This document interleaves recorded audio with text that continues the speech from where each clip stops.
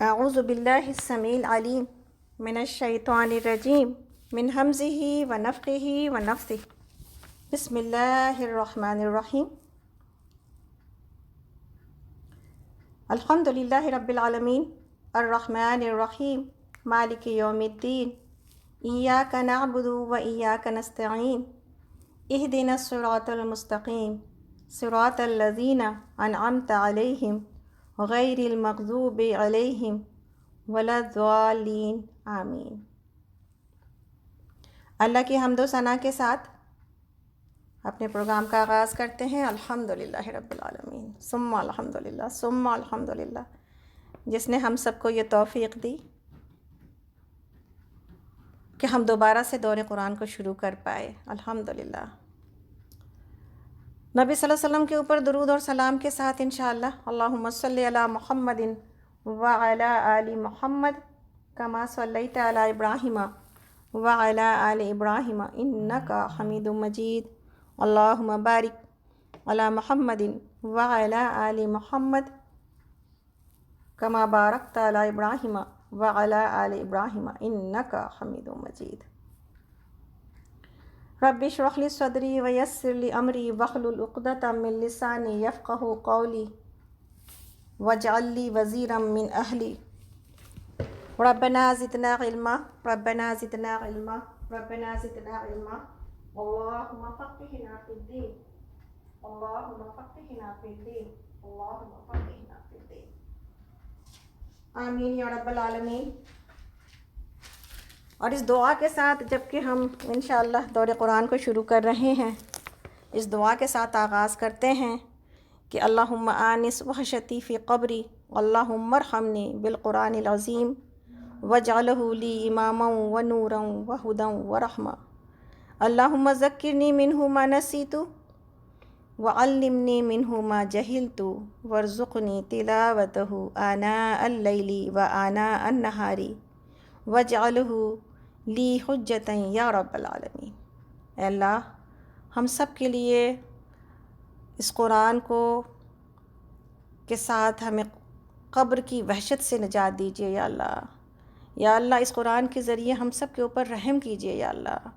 یا اللہ، ہم کو اس کو ہمارے لیے امام کہ ہم اس کو اپنی زندگی میں عمل کے لیے اپنے سے آگے رکھیں۔ اے اللہ، نور کی اس کی روشنی میں ہم چلیں، اور اے اللہ ہدایت کا وہ راستہ جو ہمیں یہاں سے ملتا ہے، اے اللہ اس کے اوپر ہم اپنے قدم کو جما کے چلیں یا اللہ۔ اے اللہ، اس میں سے جو ہم بھول جائیں اے اللہ آپ ہمیں یاد دلا دیجئے۔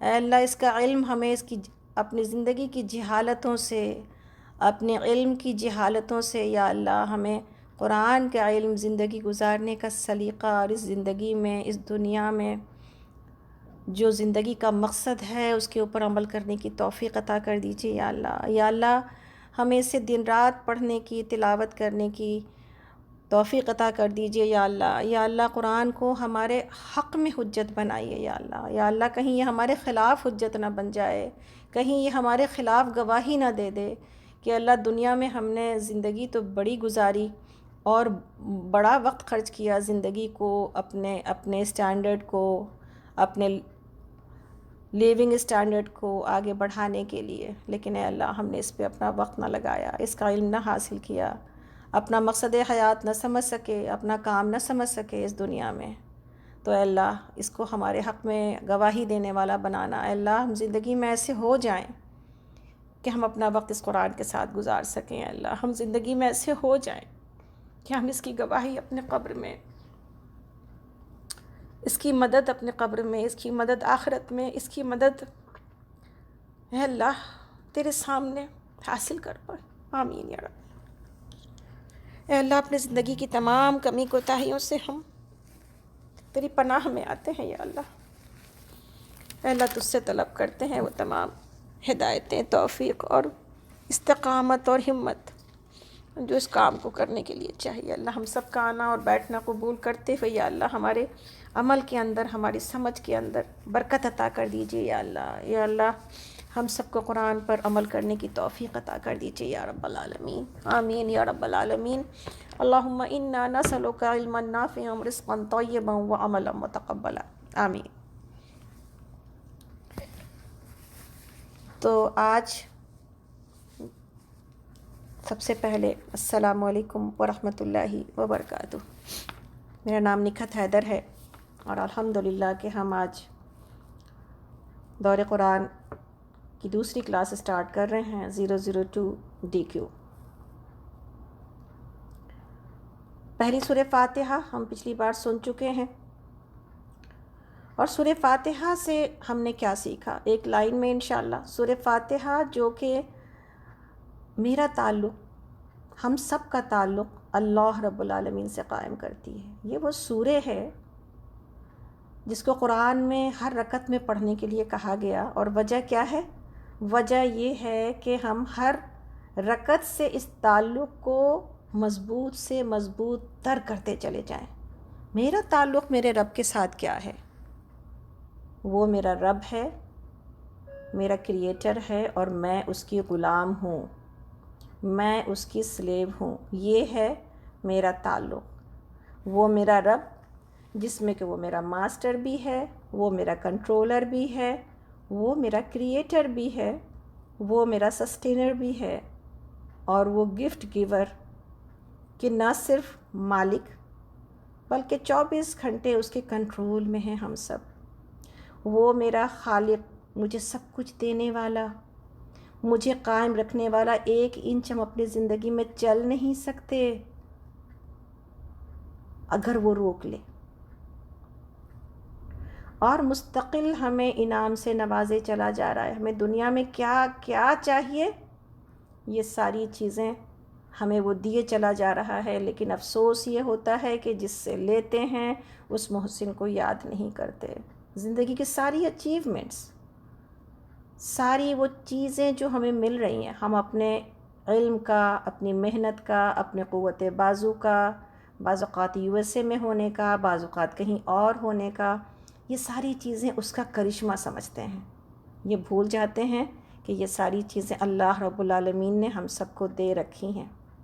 تو یہ جو سورہ فاتحہ کا کنیکشن ہے وہ یہ ہے کہ میں نے سورہ فاتحہ سے یہ سیکھ لیا کہ میں غلام ہوں اللہ رب العالمین کی، اور میں اپنے محسن کے احسان کے نیچے دبی ہوئی ہوں۔ یہ سیکھنا ہے۔ جس کو یہ مل گیا نا، ایمان از ایکول ٹو کیا ہے؟ ایکسیپٹینس آف دس سلیوری، اور کچھ بھی نہیں ہے۔ وہ جو کہتے ہیں سر اطاعت خم کر دینا، کیا ہے اس کا مطلب؟ اردو میں شاعری میں ہم سمجھتے ہیں، لیکن اصل اس کی سمجھ کیسے پیدا ہوگی؟ کہ یہ اپنے آپ کو سونپ دینا اللہ کے آگے، اور اب اس کے ہر حکم کے آگے سر تسلیم خم کر دینا۔ قالوا سمعنا واطعنا، انشاءاللہ ہم آگے پڑھیں گے۔ تو سورہ فاتحہ ہمیں یہی سکھاتی ہے، اور اگر اس سبق کے ساتھ آگے چلا جائے تو بہت فائدہ۔ سورہ فاتحہ ایک دعا ہے، اہدنا الصراط المستقیم، اور پورا قرآن اس کا جواب ہے۔ تو انشاءاللہ تعالی یہ سورہ فاتحہ کا یہ کرشمہ ہے کہ وہ القرآن ہے۔ اس کے اندر جو بنیادی سبق موجود ہے نا، وہ اگر سمجھ میں آ جائے تو پورے قرآن کی سمجھ آ جاتی ہے۔ تو ہمیں امید ہے آپ سب نے اس کو سمجھنے کی کوشش کی ہے۔ اگر کسی کو سننے کا مسئلہ رہا ہے اور سمجھ میں بات نہیں آئی ہے تو اس کی ریکارڈنگز دوبارہ پوسٹ کی گئی ہیں، آپ لوگ پلیز جا کے دوبارہ اس کو سننے کی کوشش کیجیے گا، تاکہ سورہ فاتحہ میرے اور آپ کے پاس پوری طرح کلیئر ہو سکے۔ تو سب سے پہلے بہت زیادہ مبارکباد کے مستحق ہیں وہ لوگ جو کہ آج اسکائپ پر موجود ہیں، جو لوگ کہ آج فیس بک پر موجود ہیں، اور جو لوگ کہ آج فون کے اوپر موجود ہیں۔ الحمدللہ، اہلاً و سہلاً، مرحبا۔ اس لیے کہ یہ معمولی مجلس نہیں ہے، یہ بہت ہی عظیم مجلس ہے، اور جو یہاں تک پہنچ سکا، جس نے جو یہاں تک آ سکا اور جو اس کے لیے وقت نکال سکا، بہت مبارک، بہت مبارک، بہت مبارک۔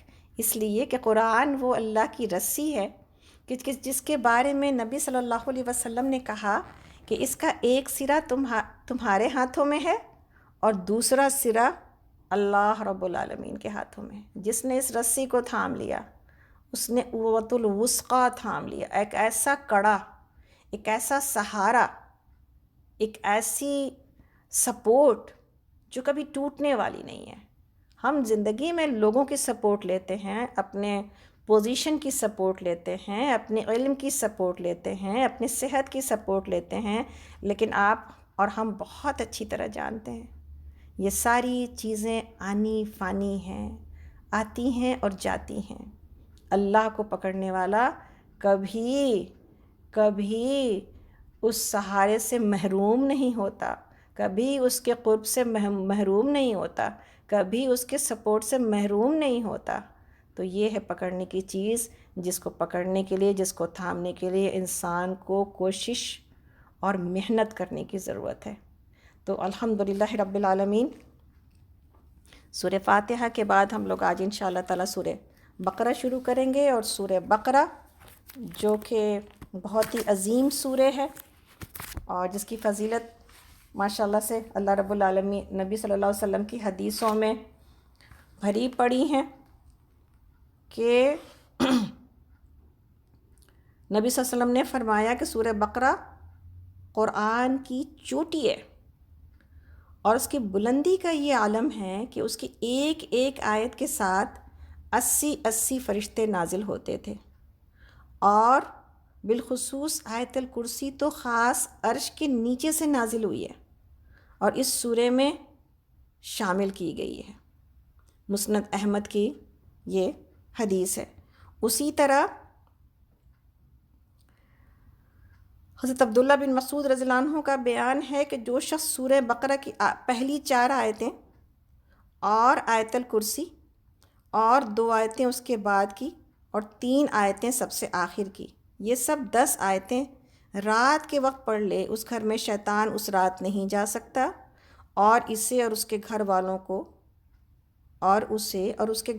کو اس دن شیطان یا کوئی اور بری چیز ستا نہیں سکتی۔ یہ آیتیں مجنون پر پڑھی جائیں تو اس کا دیوانہ پن بھی دور ہو جاتا ہے۔ نبی صلی اللہ علیہ وسلم فرماتے ہیں، طبرانی کی حدیث ہے، جس طرح ہر چیز کی بلندی ہوتی ہے، قرآن کی بلندی سورہ بقرہ ہے۔ جو شخص رات کے وقت اسے اپنے گھر میں پڑھے، 3 راتوں تک شیطان اس گھر میں نہیں جا سکتا، اور دن کو اگر گھر میں پڑھ لے تو 3 دن تک شیطان اس گھر میں قدم نہیں رکھ سکتا۔ اسی طرح جو ہے وہ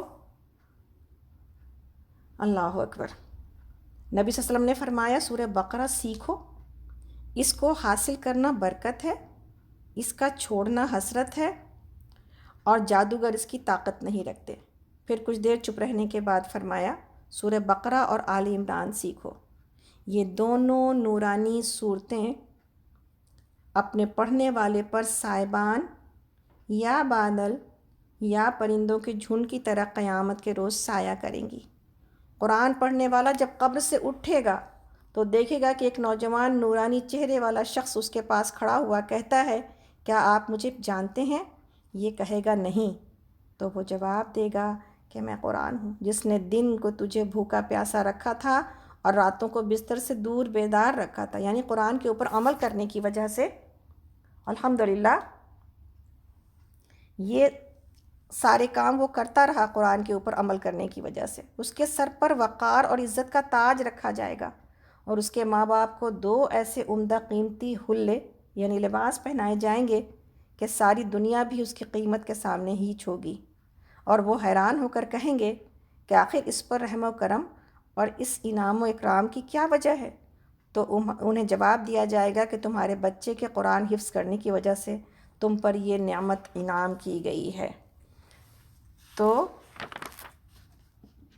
پھر اسے کہا جائے گا پڑھتا جا اور جنت کے درجے پر چڑھتا جا، چنانچہ وہ پڑھتا جائے گا اور درجے پڑھتا جائے گا اور درجے چڑھتا جائے گا، اور ترتیل یعنی ٹھہر ٹھہر کے بھی اگر پڑھے گا تبھی بھی وہ اسی طرح درجات کی بلندی تک پہنچتا چلا جائے گا۔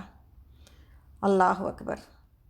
مسند احمد میں ہے، قرآن پڑھا کرو، یہ اپنے پڑھنے والوں کی قیامت کے دن شفاعت کرے گا، اور 2 نورانی صورتیں بقرہ اور آل عمران کو پڑھتے رہا کرو، یہ دونوں قیامت کے دن اس طرح آئیں گی کہ گویا یہ 2 سائبان ہیں یا 2 ابر ہیں، یا پر کھولے ہوئے پرندوں کی 2 جماعتیں ہیں، اور اپنے پڑھنے والوں کی طرف سے اللہ تعالیٰ سے سفارش کریں گی۔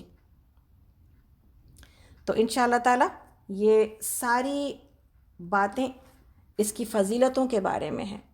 اس کے بارے میں علماء کی اس کا جو نام ہے، جیسا کہ ہم سب دیکھ رہے ہیں کہ بقرہ اس کا نام ہے، اور بقرہ کے معنی کیا ہوتے ہیں؟ بقرہ کے معنی ہوتے ہیں گائے کے۔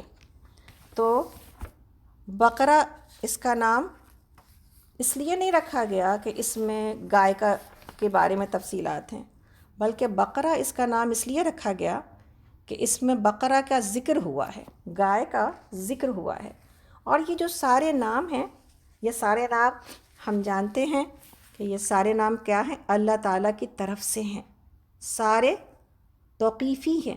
نبی صلی اللہ علیہ وسلم نے رکھا ہے، مگر کس کے حکم سے؟ اللہ رب العالمین کے حکم سے۔ قرآن شریف کی اور قرآن کریم کی ساری صورتوں کے نام توقیفی ہیں، اللہ کی طرف سے ہیں۔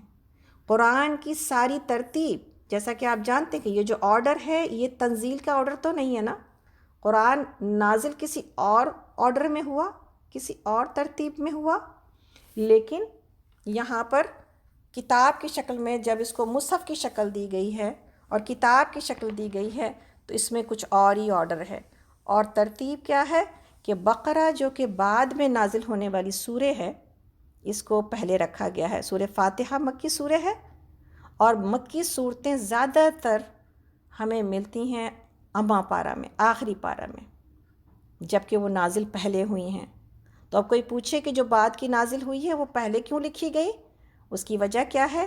اللہ رب العالمین نے یہ چاہا کہ سورہ بقرہ کو، جو کہ اتنی اہم سورہ ہے کہ اس کے بارے میں علماء نے کہا ہے کہ اس میں 1000 خبر، 1000 احکام اور 1000 منع کیا ہے اللہ کے، ایسے احکامات کہ جس میں امر کا مطلب ہے حکم دیا کرو، اور منہیات یعنی منع کیا کہ نہ کرو۔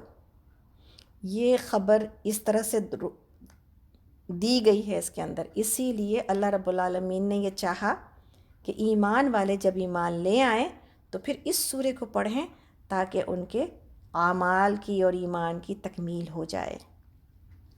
حضرت عمر رضی اللہ عنہ 8 سال میں بقرہ انہوں نے یاد کی اور سمجھا اور عمل کیا۔ آپ نے کہا مجھے بقرہ کو یاد کرنے میں، یعنی اس کے اوپر عمل کرنے میں 8 سال لگے۔ تو سورہ بقرہ جیسا کہ ہم نے جانا کہ اس میں چونکہ گائے کا ذکر آیا اس لیے اس کا نام ہے، اور جیسا ہم نے یہ جان لیا کہ اس کا زمانہ نزول کب نازل ہوئی ہے، یہ پوری کی پوری مدنی سورہ ہے، اور یہ بالکل ابتدائی دور میں جنگ بدر یعنی ہجری کے 2 اور 3 سالوں میں، کچھ آیات اس کے آخری کے نبی صلی اللہ علیہ وسلم کی زندگی کے آخری سالوں کے بھی ہیں، لیکن یہ پوری کی پوری مدنی سورہ ہے۔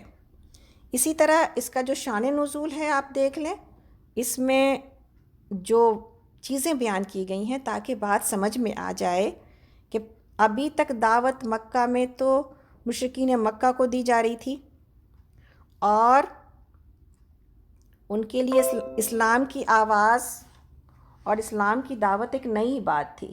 اللہ کو تو وہ مانتے تھے، لیکن اصل کس چیز سے انکار تھا؟ رسالت سے، اور انہوں نے اصلاح اور اللہ کے نبی صلی اللہ علیہ وسلم کی بڑائی نہ لی، تو پھر یہ دعوت مدینہ پہنچی، اور مدینہ میں پہنچ کر اب یہ دعوت، اب یہ پکار، اس کو ایک نیا مرحلہ، ایک نیا دور شروع ہوا اس کا۔ تو یہاں پر جب ایک اسلامک اسٹیٹ بن گیا تو اسلامک اسٹیٹ میں ضرورت کیا چیز کی تھی کہ ہر چیز کا قانون دیا جائے، تو سارے قانون اس کے اندر موجود ہیں، سوشل، اکنامیکل، جوڈیشیل، پولیٹیکل، یعنی اس میں کلچر بھی ہے۔ اللہ تعالیٰ نے تمدن، معاشرت، معیشت، قانون اور سیاست، تمام اصولی باتیں، بیسک باتیں یہاں پہ بتائی گئیں۔ اور یہاں پر تیسری چیز جو مسئلہ پیش آیا وہ یہ تھا کہ یہاں پر یہ یہودیوں کے ساتھ واسطہ پڑا، اور جب یہ ایک اسلامک اسٹیٹ اور ریاست بن گئی یہ چیز، تو تمام یہودیوں سے مقابلہ، اس لیے کہ وہ ضد اور تعصب کی وجہ سے اللہ کے نبی صلی اللہ علیہ وسلم کو ماننے والے نہ تھے، حالانکہ وہ منتظر تھے، لیکن جب انہوں نے دیکھا کہ جو رسالت ہے وہ بنی اسرائیل کے بجائے بنی اسماعیل میں مل گئی ہے اور وہاں آ گئی ہے، تو انہوں نے پھر دشمنی کی، اور نہ صرف یہ کہ یہودیوں کی دشمنی بلکہ پورا عرب اس ریاست کا، اس چھوٹی سی ریاست کا دشمن ہو گیا۔ تو اللہ رب العالمین نے مسلمانوں کو اور خاص طور پر نبی صلی اللہ علیہ وسلم کی ہمت بندھائی ہے کہ اس پریشان نہ ہو، ہراساں نہ ہو، ہم تمہارے ساتھ ہیں، اور تم پورے صبر و ثبات کے ساتھ، اس لیے کہ جب اللہ کی مدد آ گئی اور اللہ ساتھ ہے تو پھر کسی چیز کی ضرورت باقی نہیں رہتی، تو پورے صبر اور ثبات کے ساتھ ان کا مقابلہ کرو۔ تو یہ پیغام تھا مسلمانوں کے لیے اور اس کی ہمت افزائی کے لیے، اور اللہ رب العالمین کا کہ ان کے اندر اتنی ہمت پیدا کی جائے، اور کر دی گئی۔ جب ایمان وہ ویسا ہی لے کے آ گئے جیسا اللہ چاہتے تھے، کہ وہ چھوٹی سی جماعت پورے عرب کے اوپر، اور بعد میں ہم سب جانتے اسلامی تاریخ کو، پورے جو ہے وہ دنیا کے اوپر بھاری پڑ گئی۔ اسی طرح یہاں پر تذکرہ ہے منافقوں کا کہ کچھ ایسے لوگ پیدا ہو گئے کہ جب اسلام کی طاقت پھیلنے لگی تو انہوں نے ظاہراً تو اسلام قبول کر لیا، لیکن اندر سے وہ مسلمان نہیں تھے، فائدے کے لیے وہ مسلمانوں کی جماعت میں لگے رہے۔ تو میری ضرورت اور آپ کی ضرورت صرف یہ نہیں ہے کہ ہم نے قرآن پڑھ لیا اور ثواب مل گیا۔ قرآن کے ایک ایک حرف کے اوپر، عربی حروف کی بات ہو رہی ہے اس وقت، کہ اس کے ایک ایک حرف کے اوپر جو ہے وہ 10 نیکی نبی صلی اللہ علیہ وسلم نے فرمایا ہے کہ موجود ہے۔ الف لام میم کے اندر 30 نیکیاں موجود ہیں، اگر کوئی الف لام میم کہتا ہے تو ایک ایک حرف کے اوپر 10 نیکی کا ثواب ملتا ہے۔ لیکن محض یہ ثواب نہیں ہے، بلکہ میرے لیے اور آپ کے لیے کیا ہے؟ میرے لیے اور آپ کے لیے ہدایت نامہ، میرے لیے آپ کے لیے میرا مینول، میرے لیے اور آپ کے لیے میرا زندگی میں چلنے کا راستہ ہے۔ یہ وہ کتاب ہے جو کتاب نہیں ہے بلکہ اللہ کا کلام ہے، اور اس اللہ کے کلام میں میرے لیے ایز اے انڈیویجول، ایک انفرادی فرد کی حیثیت سے، ایز اے کلیکٹیولی، کہ پوری جماعت کی حیثیت سے، پوری قوم کی حیثیت سے، پوری انسانیت کی حیثیت سے، اس کے اندر دنیا کے کامیابی کے خزانے اور آخرت کے کامیابی کے خزانے ہیں۔ میری زندگی کی ہر الجھن کا جواب اس کے اندر موجود ہے، میری زندگی کی ہر حسرتوں کا مداوع اس کے اندر موجود ہے، میری زندگی کے ہر دکھ کا ملہم اور جو ہے وہ دوا اس کے اندر موجود ہے، میری زندگی کی ہر جو ہے وہ جہاں پر 2 راستے آ جاتے ہیں میں کس کا چناؤ کروں، یہ ساری کی ساری گائیڈنس اس کے اندر موجود ہے۔ گویا کہ یہ معجزہ نبی صلی اللہ علیہ وسلم کا ایسا ہے کہ قیامت تک کے لوگوں کے لیے ایک راستہ، ایک گائیڈ لائن، اور اس کے اندر برکت اور زندگی کی تمام تکلیفوں سے نجات کی دوا موجود ہے اس کے اندر۔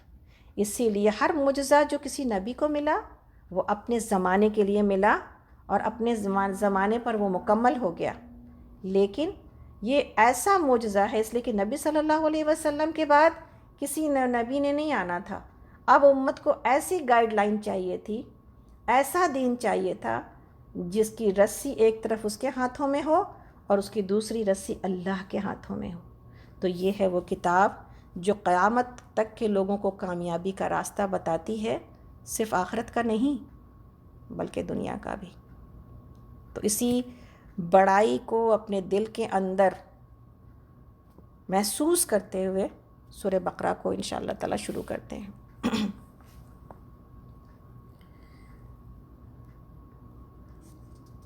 اعوذ باللہ من الشیطان الرجیم، بسم اللہ الرحمن الرحیم،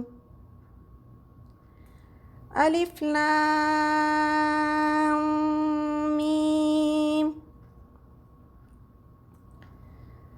ذالک الکتاب لا ریب فیہ ہدی للمتقین الذین یؤمنون بالغیب ویقیمون الصلاة ومما رزقناہم ینفقون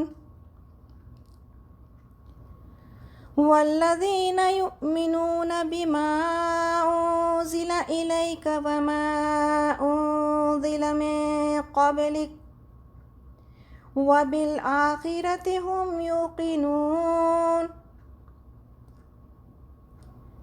اولئک علی ھدی من ربہم واولئک ھم المفلحون۔ بسم اللہ الرحمن الرحیم۔ سورۃ البقرہ جو کہ مدنی سورہ ہے، رکوع اس میں 40 ہیں، آیات اس میں 286 ہیں۔ اللہ تعالیٰ فرماتے ہیں الف لام میم، یہ اللہ کی کتاب ہے، اس میں کوئی شک نہیں، ہدایت ہے ان پرہیزگار لوگوں کے لیے جو غیب پر ایمان لاتے ہیں، نماز قائم کرتے ہیں، جو رزق ہم نے ان کو دیا ہے اس میں سے خرچ کرتے ہیں، جو کتاب آپ پر نازل کی گئی ہے یعنی قرآن، اور جو کتابیں آپ سے پہلے نازل کی گئی تھیں ان سب پر ایمان لاتے ہیں اور آخرت پر یقین رکھتے ہیں، ایسے لوگ اپنے رب کی طرف سے راہ راست پر ہیں اور وہی فلاح پانے والے ہیں۔ جیسا کہ ہم نے پڑھا اور جانا کہ شروع کے یہ 4 آیتیں یعنی الف لام میم کو ملا لیں تو 5 آیتیں بنتی ہیں، اصل ہدایت 4 آیتوں میں موجود ہے۔ یہ وہ بہترین آیتیں ہیں جو اس قرآن سے فائدہ اٹھانے کے لیے اللہ رب العالمین نے کامیاب ہو جانے والے لوگوں کی صفات بیان کی ہے۔ تو الف لام میم جیسا کہ آپ سب کو پتہ ہے یہ حروف مقطعات ہیں، اور حروف مقطعات کے معنی یعنی ان کو کاٹ کاٹ کے پڑھا جاتا ہے۔ یہ بہت ساری صورتوں کے آگے ہیں، نبی صلی اللہ علیہ وسلم نے اس کو اسی طرح لکھایا ہے، اسی طرح تلاوت کی ہے، اسی طرح پڑھی جاتی ہے۔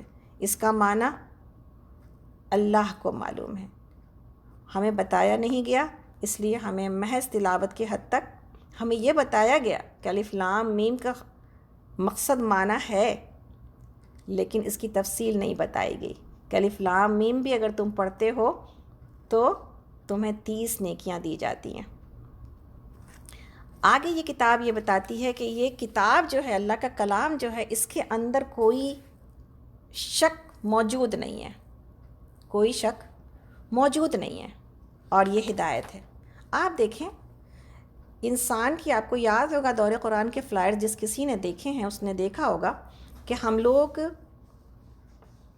لوگوں نے اس پروگرام کا جو تھیم رکھی ہے، جو موضوع ہے وہ ہے پیوریفیکیشن آف دا ہارٹ، دل کی صفائی۔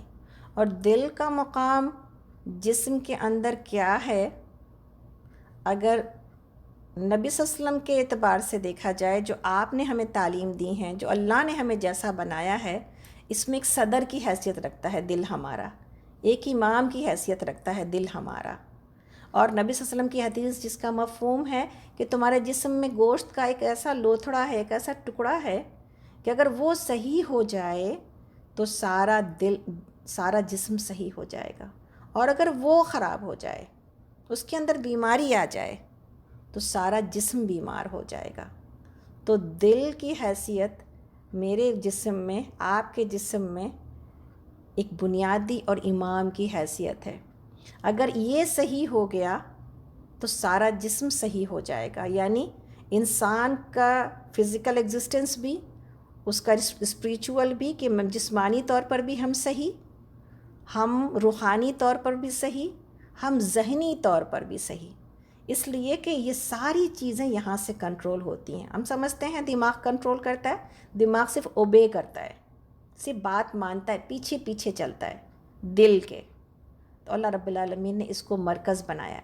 دل کی 2 بیماریاں ہیں، بہت مشہور بیماریاں، ضرور لکھیے گا اس پوائنٹ کو، آپ کو کام آئیں گی. ایک جس کا اشارہ یہیں پر کیا گیا ہے کہ اس کتاب میں کوئی شک نہیں ہے اور دل کے اندر شکوک ہوتے ہیں، ہے نا. 2 بیماریاں، ایک ہے شک اور دوسرا کیا ہے؟ شبہات. شبہات یعنی یہی شک، اور دوسرا ہے شہوات. شہوات یعنی ایک ہے ڈاؤٹس، شبہات، اور دوسرے ہیں شہوات یعنی ڈیزائرز. اور قرآن، اللہ کی کتاب، اللہ رب العالمین انہی 2 چیزوں کو ہمیشہ ایڈریس کر رہے ہوتے ہیں. یہاں پر سب سے پہلا ایڈریس یہ کیا جا رہا ہے، اس کے اندر شک مت لانا اپنے دل کے اندر کہ یہ اللہ کا کلام ہے، یا اس کے اندر یہ بھی شک نہیں ہونی چاہیے کہ اس میں ہمارے لیے فائدہ موجود ہے، میری کامیابی اس کتاب کے اندر موجود ہے. ان دونوں باتوں میں کوئی شک کی گنجائش موجود نہیں ہے. اور اگر یہ نکل جائے،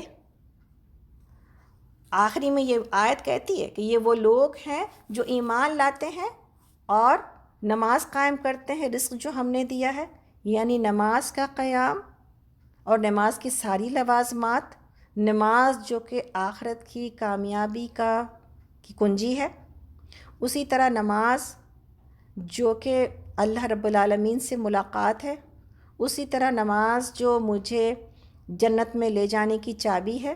سب سے پہلا سوال نماز کا کیا جائے گا، اور اس کے بعد جو نماز میں حدیث کہتی ہے جس کا مفہوم ہے جو نماز میں پاس وہ پاس. تو نماز کی یہ حیثیت ہے شریعت میں، اسلام میں. یہ غلامی کا سب سے پہلا ایک جس کو کہا جائے کہ ایک نذرانہ ہے اپنے رب العالمین کے سامنے کہ ہم غلام کی طرح حاضر ہو گئے، جو ہمیں غلام کی حالت میں کھڑا کر دیتی ہے، جو ہماری پیشانی کو رب کے قدموں میں جھکا دیتی ہے. تو نماز ہمارے لیے، یہ نماز نہ صرف پڑھنا بلکہ قیام کی بات کی جا رہی ہے کہ وہ لوگ جن کے صفات بیان کیے جا رہے ہیں کہ وہ غیب پر ایمان لاتے ہیں. اور غیب کا مطلب ہے ہر وہ انسین چیز جس کو نگاہ اپنے 5-6 سینسز سے ہم سمجھ نہیں پاتے. تو سب سے پہلے جو ریکوائرمنٹ ہے وہ یہ ہے کہ انسین کو دیکھا جائے، اور وہ جو خبریں ہمیں وحی کے ذریعے، اللہ کے رسول کے ذریعے ہم تک پہنچائی جا رہی ہیں، اس کے اوپر ایمان لانا ہے. تو انسان جب غیب کے اوپر ایمان لے آتا ہے، یعنی قبر کو اپنی آنکھوں سے دیکھنے لگ جاتا ہے، آخرت کا منظر اپنی آنکھوں سے دیکھنے لگ جاتا ہے، جب جنت کو دیکھنے لگ جاتا ہے، جب جہنم کی آگ اس کو دکھائی دینے لگ جاتی ہے، تب دنیا میں وہ کام کرنا شروع کرتا ہے جو وہاں کے ہمیشہ کے جو ہے وہ نقصان سے بچانے والا، یا وہاں پر وہ ہمیشہ کی کامیابی سے ہمکنار کرنے والا ہے. غیب کے ایمان کے بغیر نہ نمازیں درست ہو سکتی ہیں، نہ انسان اپنے محنت کی کمائی ہوئی مال کو کسی کے اوپر خرچ کر سکتا ہے. یہ سارے کام غیب کے ایمان کے ساتھ ہی ہوتی ہیں. اللہ کے نبی صلی اللہ علیہ وسلم کے اوپر ہی اور اس کتاب کے اوپر ہی ایمان نہیں لانا، بلکہ ایمان کے ہمارے تقاضے اس سے پہلے کے جتنے نبی بھی گزرے ہیں ان کی کتابوں کے اوپر بھی ہے، اور ہماری اپنی کتاب کے اوپر بھی ہے، ان رسولوں کے اوپر بھی ہے، اور ہمارے رسول کے اوپر بھی ہے. واحد امت ہے جو کسی کا انکار نہیں کرتی. یہودیوں نے عیسیٰ علیہ السلام کا انکار کیا، اور عیسائیوں نے نبی صلی اللہ علیہ وسلم کا انکار کیا، اور دونوں ایمان سے نکل گئے. ہم وہ واحد امت ہیں جو سارے انبیاء کا نہ صرف اقرار کرتے ہیں بلکہ ان کتابوں کا بھی اقرار کرتے ہیں. یہ اور بات ہے کہ وہ کتابیں اب ویلڈ نہیں ہیں ہمارے لیے، اس لیے کہ اس کے اندر ترمیم ہو چکی ہے، اس کے اندر جو ہے ملاوٹ ہو چکی ہے. اب وہ اس پر عمل نہیں کیا جائے گا. عمل کرنے کے لیے ہمارے پاس قرآن ہے. آخری میں جو بات کہی گئی کہ وَبِالْآخِرَةِ هُمْ يُوقِنُونَ، یہی سب سے بڑی بات ہے جس کے اوپر یقین کے بغیر کوئی کام نہیں کیا جا سکے گا. آخرت پر یقین رکھنا، یہ دل کی بیماری جیسے بات ہو رہی تھی نا کہ شک، تو ایک بیماری ہے شک کی، اور ہمیں کس طرف لایا جا رہا ہے؟ یقین کی طرف، کہ شک نہ کرنا یقین کر لو. اور صحابہ نے جب یقین کر لیا اس بات کے اوپر تو نہ نمازیں مس ہوئیں، نہ اللہ کے راستے میں خرچ کرنے میں مال. ہم جب خرچ کرنے کی بات کرتے ہیں نا کہ وَمِمَّا رَزَقْنَاهُمْ يُنْفِقُونَ، تو سمجھ میں آتا ہے کہ مال خرچ کرنے کی بات کی جا رہی ہے یہاں پہ.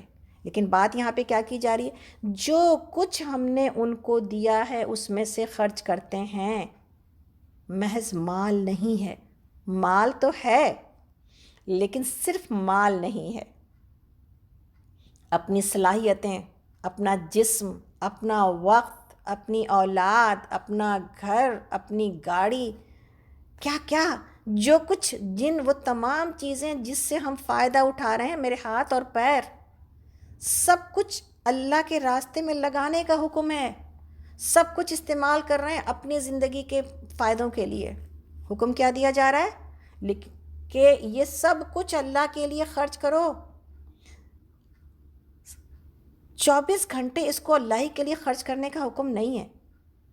دنیا کی ضرورتیں بھی اللہ رب العالمین نے ہمارے لیے بنائی ہیں، اور وہ اگر ان دائرے کے اندر ہے، اس باؤنڈری کے اندر ہے جو اللہ رب العالمین نے ہمارے لیے بنائی ہیں، تو پھر حلال رزق کمانا بھی عبادت ہے، پھر جاب پہ جانا بھی عبادت ہے، پھر رشتہ داروں سے ملنا بھی عبادت ہے، پھر دوستوں کے ساتھ ملاقاتیں کرنا بھی عبادت ہے. اس لیے کہ ان تمام چیزوں کا حکم اللہ کے پاس موجود ہے. اللہ تعالیٰ نے صلہ رحمی کا حکم دیا، رشتہ داروں سے ملا جائے گا. اللہ نے دوستوں سے، ایمان والوں سے ملاقات کا حکم دیا کہ یہ محبتیں بڑھائی جائیں گی. اللہ تعالیٰ کے لیے جو ایک دوسرے سے محبت کریں، یہ محبت بڑی قیمتی ہے اللہ کی نظر میں. لیکن اللہ سے اوپر کسی کو نہیں رکھا جائے گا. ان تمام چیزوں میں اور ان تمام معاملات میں اللہ کے حکموں کے اندر، اللہ کے دائرے کے اندر ہی رہا جائے گا. تو یہ یقین کے بغیر ممکن نہیں ہے. تو اس یقین کو بٹھانا ہے کہ آخرت کے یقین کے بغیر انسان کیوں اپنا مال خرچ کرے کسی غریب کے اوپر، کسی رشتہ دار کے اوپر، کسی اپنے دوست کے اوپر. کیوں خرچ کرے بھلا؟ کیوں انسان 5 وقت اپنی زندگی کے وقت سے نکال کے اپنا وقت نماز میں لگائے؟ اس کیوں کا جواب اگر ملنا ہے نا تو اسی بات میں ملنا ہے کہ وَبِالْآخِرَةِ هُمْ يُوقِنُونَ. اس لیے کہ ان تمام محنتوں کا اجر اللہ رب العالمین نے ہمارے لیے آخرت میں رکھا ہے، اور ہماری پیدائش کا مقصد ہی یہی ہے، وَمَا خَلَقْتُ الْجِنَّ وَالْإِنسَ إِلَّا لِيَعْبُدُونَ، کہ ہم نے نہیں پیدا کیا جنوں اور انسانوں کو سوائے اس کے کہ وہ میری عبادت کریں. تو جب میری زندگی کا مقصد ہی یہ ہے کہ ہم اللہ کی عبادت میں وقت لگائیں، جو عبادت ہے وہاں پر بھی، اور جو اللہ کے مرضی کے کام ہیں دنیا میں، اگر جو ضرورت پوری کی جائے گی اس کو بھی اگر اللہ کے حکم اور دائرے کے اندر رکھا جائے، اس کو بھی اگر اللہ سے مانگتے ہوئے کیا جائے، اس میں بھی ہر کامیابی کا صحرا اور ہر چیز کو ملنے کا شکر اللہ کی طرف دیا جائے، ہر وہ جو نعمت ملتی ہے وہ اللہ کی طرف سے مل رہی ہے، یہ توجہ اور یہ شکر اگر لگا کے رکھا جائے تو انسان کی پوری زندگی عبادت بن جاتی ہے. تو اللہ رب العالمین نے ہم سے سارا مال کہاں مانگا ہے، ہم سے سارا وقت کہاں مانگا ہے، لیکن اپنی زندگی کے کاموں میں یہ وقت صرف کیا جائے گا. تو انشاءاللہ تعالی ہمیں لگتا ہے کہ میری شاید یہ بند ہو گیا ہے، تو 1 ہی منٹ دیجیے گا، اگر کوئی ہم کو فون پہ بتا دے کہ کیا میری آواز بند ہو گئی ہے.